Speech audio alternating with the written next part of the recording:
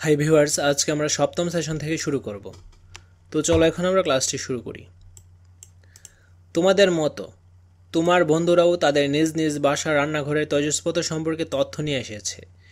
এই সেশনের শুরুতে বন্ধুদের সঙ্গে বসে তোমাদের নিজেদের বাসার রান্নাঘর পর্যবেক্ষণ করে পাওয়া তথ্য শেয়ার করো। দেখে নাও অন্যদের বাসায় রান্নার কাজে কী ধরনের তৈজসপত্র ব্যবহার করা হয়।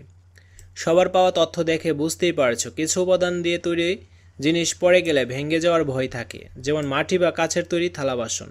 আবার কিছু জিনিস হাত থেকে পড়ে গেলে সহজে ভাঙে না, বরং বেঁকে যায়, ঝনঝন শব্দ হয়, যেমন তামা, স্টিল বা অ্যালুমিনিয়ামের হাঁড়ি পাতিল।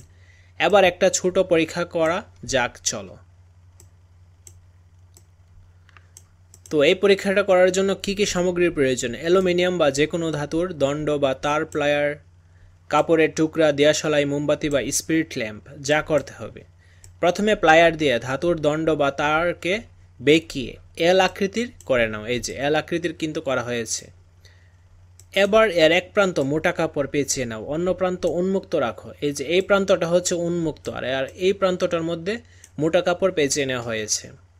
মোমবাতি অথবা স্পিরিট ল্যাম্প জ্বালিয়ে এল আকৃতির তারের সংযোগস্থলে আগুনের শিখার উপর রেখে কিছুক্ষণ পর্যবেক্ষণ করো। তো এই দণ্ডটার উপর দেখো মোমবাতি দ্বারা তাপ প্রয়োগ করা হচ্ছে।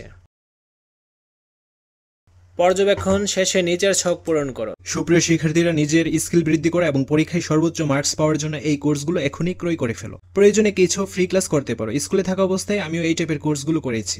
লিঙ্ক থেকে কিনলে 30 থেকে 40% ছাড় পাবে। ডেসক্রিপশন এন্ড কমেন্ট বক্সে লিঙ্ক দেওয়া আছে। তো এখানে দুইটা প্রশ্ন দেওয়া রয়েছে, আমরা এখন এই দুইটা প্রশ্নের অ্যান্সারটা দেখে নিব।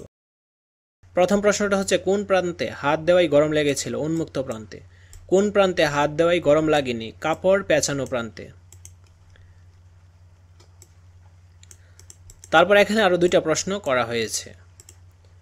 তামার মধ্য দিয়ে কি তাপ পরিবহন করে? হ্যাঁ, কারণ তামা একটি ধাতু বা তাপ সুপরিবাহী। কাপড়ের মধ্য দিয়ে কি তাপ পরিবহন করে? না, কারণ কাপড় হচ্ছে তাপ কুপরিবাহী, এর মধ্যে তাপ পরিবহন হয় না।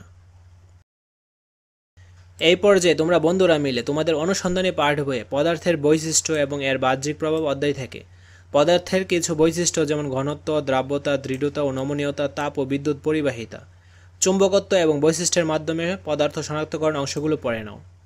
এবার একটু ভেবে দেখো তো, ডাকনা অথবা চামচের হাতল হিসেবে প্লাস্টিক ব্যবহার করা হয় কেন?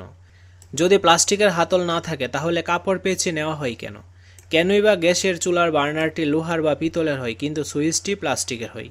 ভেবে নিচে তোমার মতামত লেখো। তো চলো এখন আমরা এর অ্যান্সারটা দেখে নিই।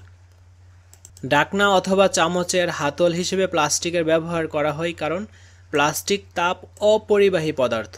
প্লাস্টিকের ভেতর দিয়ে তাপ প্রবাহিত হয় না। যদি প্লাস্টিকের হাতল না থাকে তাহলে কাপড় পেঁচিয়ে নিই, কেননা কাপড়ের মধ্য দিয়ে তাপ প্রবাহিত হয় না, ফলে আমরা হাতে গরম অনুভব করি না। গ্যাসের চুলায় বার্নারটি লোহার বা পিতলের হয় যেন তাপ দ্রুত প্রবাহিত হয়। আবার গ্যাসের চুলার সুইচটি প্লাস্টিকের হয়, যার ফলে আমরা হাত দিয়ে ধরতে পারি, হাতে গরম লাগে না।